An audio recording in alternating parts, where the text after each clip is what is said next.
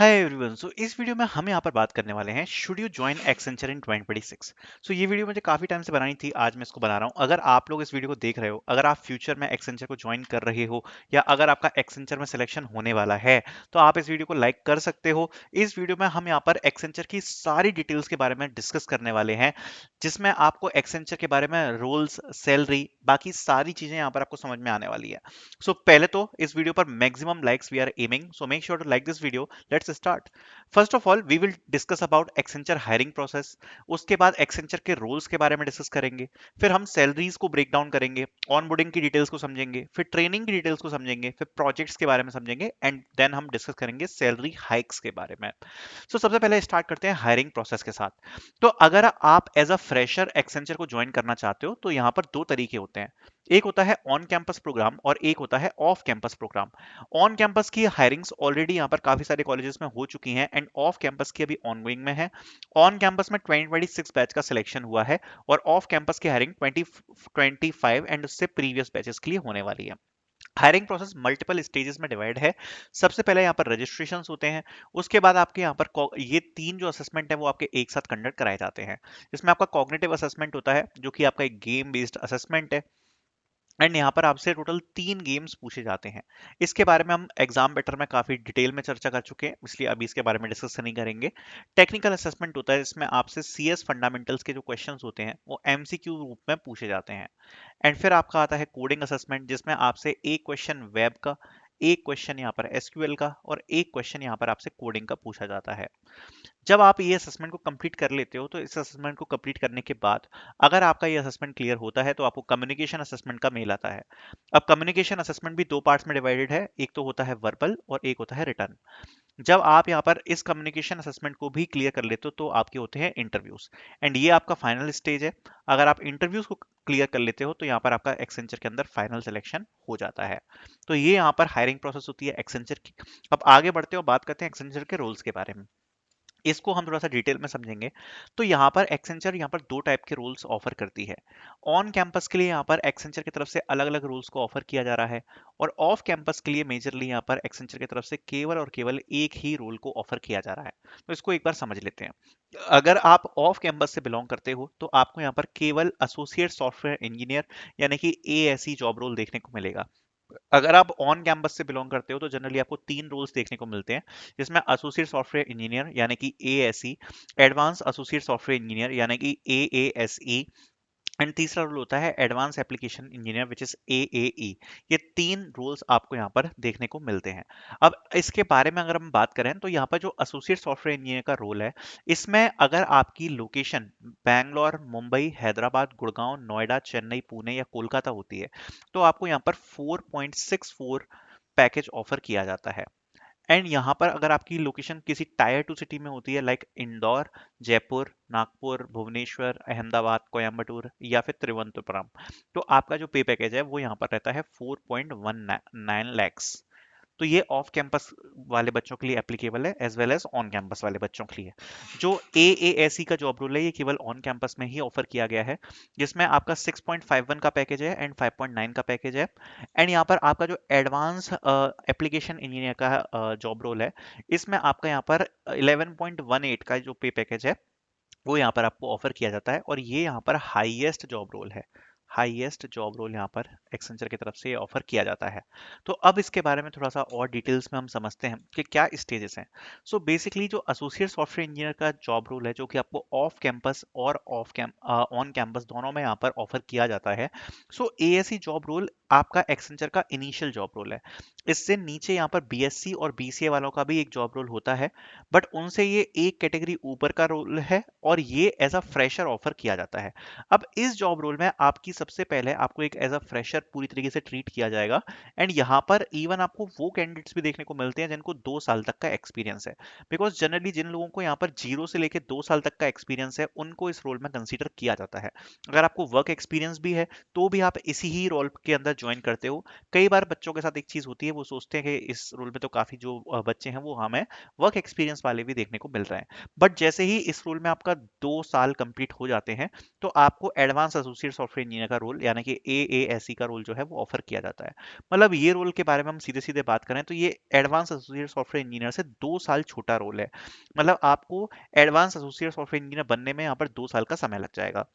Advance associate software engineer से आपको advance application engineer बनने में 2 साल का और वक्त लग जाएगा।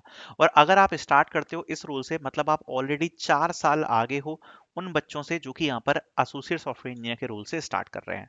सो ये काफ़ी अच्छी बात है कि आप ऑलरेडी 4 साल आगे स्टार्ट कर रहे हो, तो आपको आपके कैरियर में ग्रोथ और बाकी सब में काफ़ी ज़्यादा यहाँ पर जो हेल्प है वो मिल जाएगी। तो ये यहाँ पर हुआ रोल डिस्क्रिप्शन। अब इस रोल डिस्क्रिप्शन के साथ ही अब हम सैलरी ब्रेकडाउन के बारे में समझेंगे और समझते हैं जरा कि इसमें जो सैलरीज हैं वो किस प्रकार से ऑफर की जाती हैं, कैसे आपको सैलरीज मिलती है, सारी चीज़ों के बारे में अब हम आगे डिस्कस करेंगे।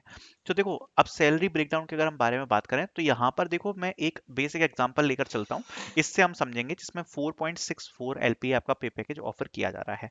तो देखो सबसे पहले यहाँ पर जो है इसमें आपका जो पे पैकेज है वो यहाँ पर ऑफर किया जा रहा है 4.64 लैक्स, ठीक है। यहाँ पर 4.64 लैक्स का यहाँ पर जो आपको पे पैकेज है वो यहाँ पर ऑफर किया जा रहा है।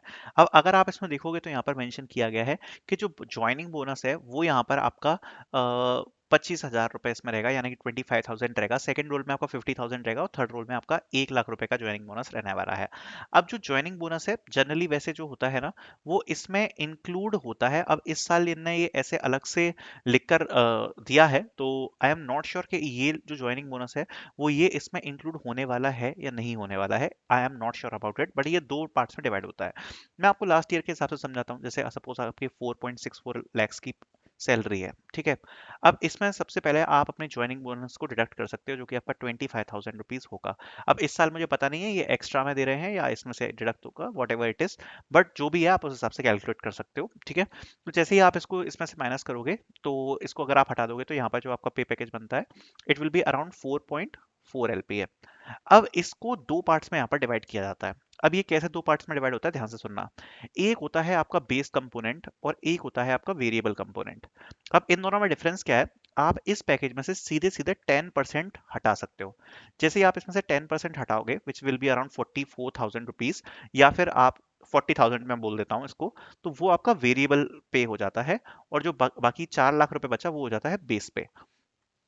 अब ये जो 4 लाख रुपए है इससे आपकी सैलरी आती है और वेरिएबल आपको यहाँ पर ईयर एंड में दिया जाता है। अब इसको समझते हैं। जैसे 4 लाख रुपए आपकी पे पैकेज है, इसमें आपके दो रिडक्शन होते हैं, एक होता है ग्रेजुइटी फंड और एक होता है प्रोविडेंट फंड। एंड काफी कंपनी ये दोनों माइनस कर देती हैं, तो हम यही सिचुएशन मान के चलते हैं। लगभग 2,000 रुपए जीएफ में और 2,000 रुपए पीएफ में कटेंगे आपके। तो 4,000 रुपए आप यहाँ पर बोल सकते हो आपके हर मंथ माइनस होने वाले हैं। अब इसको आप सीधे सीधे 12 से डिवाइड कर सकते हो। तो 4 को अगर आप यहाँ पर 4 लाख को अगर आप 12 से डिवाइड करोगे, तो जो आपका इसमें सैलरी बनेगी, ठीक है। सो हम मान के चल लेते हैं कि ये आपकी लगभग 33,000 रुपीज बन रही है। अब 33,000 रुपीज में से आप यहाँ पर 4,000 को माइनस कर सकते हो। अराउंड जो बचता है वो बचता है आपका लगभग 30,000 रुपीज या फिर 29,000 रुपीज। ये यहाँ पर आपकी जनरली जो इन हैंड सैलरी होती है वो होती है। अगर ये ज्वाइनिंग बोनस इसमें इंक्लूड नहीं होगा तो आप इसमें 2,000 बढ़ा सकते हो, मतलब 32,000 रुपीज आपकी सैलरी हो जाएगी, ठीक है। तो ये यहाँ पर आपका जो सैलरी पैकेज होता है वो आपका यहाँ पर बनेगा। तो आप बोल सकते हो कि 32,000 रुपीज आपको जो होता है वो इन हैंड आपके हाथ में आ रहा होगा। अब इसके अलावा यहाँ पर ये जो वेरिएबल बोनस है इसका क्या होता है। अब आप अपने पूरे साल में जो परफॉर्मेंस देते हो उसके लिए आपको यहाँ पर स्नैपशॉट रेज करने होते हैं। अब ये स्नैपशॉट्स के बेस पर आपका ये वेरिएबल बोनस आपको मिलता है जनरली मई के मंथ में। सो बेसिकली होता क्या है कि जैसे सपोज आपने परफॉर्मेंस किया, अब ये आपका 10% है वेरिएबल बोनस। अगर आपका परफॉर्मेंस एवरेज है तो ये आपको 10% का 10% बोनस मिल जाएगा, मतलब आपको 40,000 रुपीज मिल जाएंगे। अगर आपका परफॉर्मेंस एवरेज से थोड़ा सा कम है तो यहाँ पर आपको हो सकता है ये 40,000 की जगह आपको 30,000 रुपीज मिले। और अगर आपका परफॉर्मेंस काफी ज्यादा अच्छा है तो ये भी केस हो जाता है कि आपको वेरिएबल जो है वो ज्यादा मिल जाए, मतलब आपको 50,000 रुपीज मिल जाए। और ये आपको एक साथ मिलेगा मई के महीने में। तो ये होता है वेरिएबल पे। ये भी आपको मिलता है बट ये आपके परफॉर्मेंस डिपेंडेंट होता है। मतलब ये जो 10% का पे है ये आपका परफॉर्मेंस डिपेंडेंट यहाँ पर होगा। ये होता है आपका सैलरी ब्रेकडाउन पूरा का पूरा रोल का। आई होप मैंने क्लियर किया होगा। इसी हिसाब से आप बाकी रोल्स की जो सैलरी है वो भी आप यहाँ पर निकाल सकते हो। आगे बढ़ते हैं और बात करते हैं ऑनबोर्डिंग डिटेल्स के बारे में। तो जब यहाँ पर आप एक्सेंचर में सिलेक्ट हो जाओगे, मतलब आपका जो इंटरव्यू है वो क्लियर हो जाएगा। इंटरव्यू क्लियर होने के बाद आपको यहाँ पर सीरीज ऑफ मेल्स आते हैं, जिसमें जो आपका सबसे इंपॉर्टेंट मेल होता है वो होता है डॉक्यूमेंट वेरिफिकेशन का। अब डॉक्यूमेंट वेरिफिकेशन में आपको आपके सारे जो डॉक्यूमेंट्स होते हैं, अपडेटेड डॉक्यूमेंट्स, वो आपको अपलोड करने हैं। जैसे कि आपको आपकी मार्कशीट्स यहाँ पर अपलोड करनी होती हैं। साथ साथ में आपको यहाँ पर अपलोड करना होता है अपना पैन कार्ड। पैन कार्ड के साथ आपको यहाँ पर अपलोड करना होता है अपना आधार कार्ड। आधार कार्ड के साथ यहाँ पर आपको अपलोड करना होता है बाकी की भी डिटेल्स जो होती हैं, जैसे जो अदर डिटेल्स होते हैं वो भी आपको अपलोड करनी होती है, प्लस आपको अपनी जो पर्सनल डिटेल्स हैं वो भी यहाँ पर आपको अपलोड करनी होती हैं।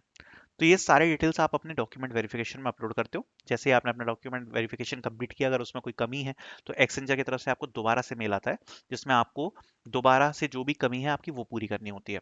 और उसके बाद जब आपका ये डॉक्यूमेंट वेरिफिकेशन पूरा का पूरा कंप्लीट हो जाएगा, तो डॉक्यूमेंट वेरिफिकेशन कंप्लीट करने के बाद यहाँ पर आपको डाल दिया जाता है पूल में, और ये पूल होता है ऑनबोर्डिंग पूल। अब डिपेंड करता है कि एक्सेंचर के पास कितने प्रोजेक्ट्स हैं और वो कितने फेजेस में फ्रेशर्स को ऑनबोर्ड करना चाहते हैं, उस हिसाब से आपकी ऑनबोर्डिंग होती है। पर उससे पहले भी कुछ स्टेप्स होते हैं, उसके बारे में मैं आपके साथ डिस्कस करूंगा, जिसमें सबसे इंपॉर्टेंट स्टेप आता है ट्रेनिंग का। अब यहाँ पर आपको एक्सेंचर की तरफ से दो टाइप की ट्रेनिंग्स ऑफर की जाती हैं। एक होता है प्री ऑनबोर्डिंग और एक होता है पोस्ट ऑनबोर्डिंग। इनको समझते हैं हम। देखो, जब आपका यहाँ पर डॉक्यूमेंट वेरिफिकेशन वगैरह सब कंप्लीट हो जाएगा और आपको यहाँ पर एलओआई रिसीव हो जाएगा एंड फाइनल ऑफर लेटर जब भी आएगा, तो यहाँ पर आपकी दो टाइप की ट्रेनिंग हो सकती है। काफ़ी बच्चों को यहाँ पर प्री ऑनबोर्डिंग के भी ट्रेनिंग मिल जाती है, जिसमें आपको एक सेल्फ ट्रेनिंग कंप्लीट करनी होती है, सेल्फ ट्रेनिंग, जिसमें आपको एक्सेंचर की तरफ से यहाँ पर एक ट्रैक दिया जाता है। फॉर एन एग्जांपल, अगर आपको जावा का ट्रैक दिया है या कोई भी आपको कुछ कोर्सेज दिए हैं, तो वो कोर्सेज आपको यहाँ पर कंप्लीट करने होंगे अपनी ऑनबोर्डिंग से पहले। ये सेल्फ पेस्ड होती है, मतलब आप अपने हिसाब से कंप्लीट कर सकते हो, बट आप स्किप नहीं कर सकते। ठीक है? तो आपको जनरली बैठ के यहाँ पर कंप्लीट करनी पड़ेगी ट्रेनिंग्स। तो एक तो ये ट्रेनिंग होती है, और ये ज़्यादातर उन बच्चों को ऑफर की जाती है जिन बच्चों की ऑनबोर्डिंग्स यहाँ पर लेट हो रही होती हैं। तो एक्सेंचर चाहती है कि आफ्टर ऑनबोर्डिंग उनको जो ट्रेनिंग्स है वो कम दी जाए और उनको पहले से ही यहाँ पर ट्रेन किया जाए सेल्फ पेस्ड ट्रेनिंग के थ्रू। तो ये चीज़ इंपॉर्टेंट है। दूसरी बात, एक्सेंचर में ट्रेनिंग्स बहुत ज़्यादा इंपॉर्टेंट है, ये बात आप सोच के रख लेना। क्यों है उसका मैं आपको रीज़न बताऊंगा अभी। पोस्ट ऑनबोर्डिंग ट्रेनिंग मैंडेटरी होती है और ये सभी बच्चों को कंप्लीट करनी पड़ती है। अब ये होता क्या है, इसको भी जरा समझ लेते हैं। तो जैसे ही आपकी ऑनबोर्डिंग कंप्लीट हो जाएगी, तो यहाँ पर आपको एक डोमेन असाइन होता है। अब डोमेन क्या होते हैं, देखो यहाँ पर डिफरेंट डोमेन्स होते हैं, इसके बारे में थोड़ा सा मैं आपको डिटेल में बताना चाहूंगा। सो बेसिकली डोमेन्स क्या होते हैं, जैसे एक डोमेन है आपका एक्सेंचर के अंदर एसएपी, दूसरा है यहाँ पर इन्फोर, फिर यहाँ पर एक्सेंचर के अंदर जावा डोमेन आ जाता है, क्लाउड आ जाता है, डेवऑप्स आ जाता है। ठीक है? और डिजिटल एआई आ जाता है। और इस प्रकार से यहाँ पर अलग अलग आपको AWS है अलग से, ये आपको अलग अलग जो डोमेन्स हैं वो देखने को यहाँ पर मिल जाते हैं। अब देखो, इसमें होता क्या है कि इनमें से डोमेन्स में से आपको कोई ना कोई एक जो डोमेन है वो यहाँ पर आपको असाइन हो जाएगा। ठीक है? अब जैसे सपोज एक एग्जांपल लेके चलते हैं कि अगर आपको एसएपी का डोमेन असाइन हो गया। अब अगर आपको एसएपी का डोमेन असाइन हो गया है, तो आपको एसएपी पर ट्रेनिंग दी जाएगी। अब ये ट्रेनिंग एक्सेंचर के ऊपर होता है कि वो आपको कितनी ट्रेनिंग देना चाहते हैं। ये मिनिमम 15 डेज से लेकर 3 मंथ तक की ट्रेनिंग्स हो सकती हैं। अब ये कैसी ट्रेनिंग्स होती हैं, ये यहाँ पर दो टाइप की ट्रेनिंग्स होती हैं, एक होती है सेल्फ पेस्ड और दूसरी होती है क्लासरूम ट्रेनिंग। दोनों तरीके की ट्रेनिंग यहाँ पर एक्सेंचर प्रोवाइड कराती है। सो बेसिकली सेल्फ पेस्ड में आपको कुछ कोर्स वगैरह दिए जाएंगे और असाइनमेंट्स दिए जाएंगे कंप्लीट करने के लिए। एंड ये बहुत ज़्यादा इंपॉर्टेंट है, क्यों है अभी मैं आगे और बताऊंगा। क्लासरूम ट्रेनिंग्स में प्रॉपरली एक इंस्ट्रक्टर आएगा और वो आपको डेली दो पार्ट्स में आपकी ट्रेनिंग को डिवाइड करता है। एक होता है लर्निंग टाइम और एक होता है एक्सरसाइज। अब लर्निंग टाइम में जैसे डेली आप ये मान के चलो कि 4 घंटे आपको यहाँ पर पढ़ाया जाएगा, एंड उसके बेस पर आपको एक असाइनमेंट दिया जाता है डेली, जो कि आपको कंप्लीट करना होता है, और उसको कंप्लीट करने के बाद ही यहाँ पर आप लॉग आउट कर सकते हो। अगर आप असाइनमेंट को कंप्लीट नहीं करते हो तो आप लॉग आउट नहीं कर पाओगे। अब ये जो ट्रेनिंग्स हैं ये क्यों इंपॉर्टेंट होती हैं, सपोज अगर आप 1 महीने की एसएपी पर ट्रेनिंग करते हो, जिसमें आपको सिखाया जाता है एसएपी अबैप, हम एग्जाम्पल लेके चल रहे हैं। ठीक है? एंड ऑब्जेक्ट ओरिएंटेड एसएपी अगर आपको सिखाई जाती है फॉर एन एग्जांपल, एंड कुछ और भी चीज़ें जैसे हाना सर्वर आपको सिखाया जाता है। अब सपोज 1 महीने में ये आपने 3 चीज़ें सीखी ट्रेनिंग के अंदर, एंड अब एक्सेंचर क्या करेगी, आपका एक टेस्ट लेती है। एंड ये एक इंपॉर्टेंट चीज़ है, अगर ट्रेनिंग के बाद आप इस टेस्ट को क्लियर नहीं कर पाते हो, एक्सेंचर के पास अगर अच्छी रिक्वायरमेंट्स है तो कोई प्रॉब्लम नहीं है, बट अगर उनके पास कम रिक्वायरमेंट्स है प्रोजेक्ट के हिसाब से, तो यहाँ पर बच्चों को बाहर भी किया जा सकता है on the basis of the test. It totally depends upon the condition कि एक्सेंचर पर उस वक्त कितने प्रोजेक्ट्स हैं। अगर सपोज आपका ये फाइनल टेस्ट हुआ, जनरली 90% बच्चे इसको इजीली क्लियर कर लेंगे अगर वो ट्रेनिंग्स अच्छे से कर रहे हैं तो, इसलिए ये यहाँ पर बहुत इंपॉर्टेंट हो जाता है। बट अगर सपोज वो नहीं क्लियर कर पाए उस चीज़ को, तो आपको यहाँ पर कंपनी से बाहर किया जाता है, और ये पहले हुआ है। बट यहाँ पर सबसे इंपॉर्टेंट पॉइंट क्या है, वो ये है कि अगर आपको कंपनी से बाहर किया जाता है तो आपकी सारी होप्स चली जाएंगी, क्योंकि सपोज अगर आप 2025 पास आउट हो, ऑलरेडी आपने एक्सेंचर की ऑनबोर्डिंग ज्वाइनिंग करने के लिए 2-3 महीने लगा दिए, फिर आपने ज्वाइन करी, फिर आपने ट्रेनिंग्स करी, आपका बहुत सारा टाइम बर्बाद हो चुका है, और उसके बाद अगर आपको कंपनी ने बाहर किया तो दूसरी कंपनी आप कोई ज्वाइन नहीं कर पाओगे, इस बात की गारंटी मैं देता हूँ। इसलिए अगर आप एक्सेंचर ज्वाइन कर रहे हो, एटलीस्ट ट्रेनिंग्स तक बहुत ज़्यादा सीरियस आपको यहाँ पर रहना पड़ेगा, एंड ट्रेनिंग्स आपको प्रॉपरली कंप्लीट करनी पड़ेंगी। इवन हो सकता है आपको ट्रेनिंग ज़्यादा समझ में नहीं आए तो आपको यूट्यूब से कंप्लीट करके समझना पड़ेगा टॉपिक। तो इसलिए अपने बेसिक्स और ट्रेनिंग्स वगैरह को अच्छे से पढ़ के जाना, और ये गलती मत करना ट्रेनिंग्स के अंदर। अब इसके बारे में बात कर लेते हैं प्रोजेक्ट्स के बारे में। जब आप अपने ट्रेनिंग्स को कंप्लीट कर लोगे, ट्रेनिंग्स को कंप्लीट करने के बाद आपका जो रिसोर्स मैनेजर होता है, जिसको बोलते हैं आरएम, तो वो यहाँ पर क्या करेगा, आपको प्रोजेक्ट्स के लिए असाइन करता है। और ये डिपेंड करता है कि आपका प्रोजेक्ट कितने प्रोजेक्ट्स हैं उस वक्त एक्सेंचर के पास। अदरवाइज आपको यहाँ पर एक्सेंचर बेंच पर रखेगी। बेंच मतलब कोई भी प्रोजेक्ट नहीं है, आप खाली रहते हो, आप अपनी ट्रेनिंग्स कंप्लीट करोगे, कुछ खुद से पढ़ोगे, ऐसा सब। अगर नहीं है प्रोजेक्ट्स तो यहाँ पर जो रिसोर्स मैनेजर है वो आपको यहाँ पर प्रोजेक्ट असाइन करेगा, अगर उनके पास कोई प्रोजेक्ट है तो। अब क्या होता है कि प्रोजेक्ट्स जैसे ही आपको असाइन हो जाएगा, तो यहाँ पर छोटा सा एक शॉर्ट इंटरव्यू होगा प्रोजेक्ट्स के लिए, देन फिर प्रोजेक्ट्स की ट्रेनिंग होती है। मतलब इंटरनल प्रोजेक्ट्स में सिखाया जाएगा आपको कि प्रोजेक्ट क्या है। तो आप मान सकते हो लगभग 1 वीक जो प्रोजेक्ट के जो कर्मचारी हैं जो प्रोजेक्ट में वर्क कर रहे हैं, वो आपको 1 वीक उसमें ट्रेनिंग देंगे, आपको सिखाएंगे कि भाई ये प्रोजेक्ट है उसके अंदर क्या चीज़ें चल रही हैं, आपको क्या काम करना है और क्या बेसिक्स हैं। उसके बाद धीरे-धीरे आपको यहाँ पर काम असाइन करना वो लोग स्टार्ट करते हैं। जब वो सिखाते चले जाते हैं आपको, धीरे-धीरे ट्रेनिंग आपकी चलती है। वैसे तो आप ये मान के चल सकते हो, नेक्स्ट 3 टू 4 मंथ्स आपका लर्निंग पीरियड ही चलेगा, एंड आपको प्रोजेक्ट के अंदर चीज़ें सिखाई ही जाएँगी। बट आपको छोटे से छोटे काम दिए जाते हैं, जैसे कि आपको डॉक्यूमेंटेशन वगैरह करने को दिया जा सकता है, या फिर आपको टिकट्स वगैरह मैनेज करने को दिया जा सकता है, जो कि ईज़ी काम ही होता है, या आपको पीएमओ का काम दिया जा सकता है। तो ये सब काम आपको बेसिक्स दिए जाते हैं, एंड धीरे-धीरे ऐसे करते ही आप यहाँ पर ग्रो करते चले जाते हो, धीरे-धीरे आप काम सीखते जाते हो, मीटिंग्स में आपको इन्वॉल्व किया जाता है, एंड इस प्रकार से आप यहाँ पर काम सीख लेते हो। फिर बात करते हैं हाइक्स के बारे में। तो ईयर एंड में आपकी हाइक्स होती हैं, जैसा मैंने आपको पहले ही बताया कि यहाँ पर जो ईयर एंड होगा वो आपका मई के आसपास होता है। उसी टाइम पे आपको वेरिएबल भी मिलता है। अब डिपेंडिंग अपॉन आपका परफॉर्मेंस कैसा रहा है, उस हिसाब से आप अपने मैनेजर्स को या फिर आप अपने टीम लीड को यहाँ पर स्नैपशॉट्स को रीज करोगे, एंड वो लोग रिव्यू करते हैं कि आपने कैसा काम किया है, और उसके बेसिस पर आपको लगभग हर 4 महीने या 6 महीने पर रेटिंग्स दी जाती हैं, और उन रेटिंग्स के बेसिस पर ही आपका जो हाइक्स है वो यहाँ पर होता है। तो डिपेंडिंग अपॉन कि आपकी रेटिंग कैसी है, आपको यहाँ पर हाइक्स मिलेगी। ठीक है। एंड इसके बाद अगर हम बात करें तो जो आपकी हाइक्स होती हैं एक्सेंचर में, वो जनरली ठीक है। मतलब आप ये मान के चल सकते हो, अगर आपका एवरेज परफॉर्मेंस है तो आपको 10% तक की हाइक मिल जाती है। अगर आपका काफ़ी बिलो परफॉर्मेंस है तो आपको 8 या 5% तक की हाइक मिल जाती है। अगर आपका अच्छा परफॉर्मेंस है तो जो आपकी हाइक है वो 20% 30% तक की भी आपको हाइक्स जो होती हैं वो मिल जाती हैं। तो ये यहाँ पर हाइक परसेंटेज जनरली एक्सेंचर के अंदर रहता है। सो आई होप एक्सेंचर से रिलेटेड सारी चीज़ मैंने कवर करी होगी, आपको समझ में आई होगी, वीडियो पसंद आई होगी। Thank you so much for watching.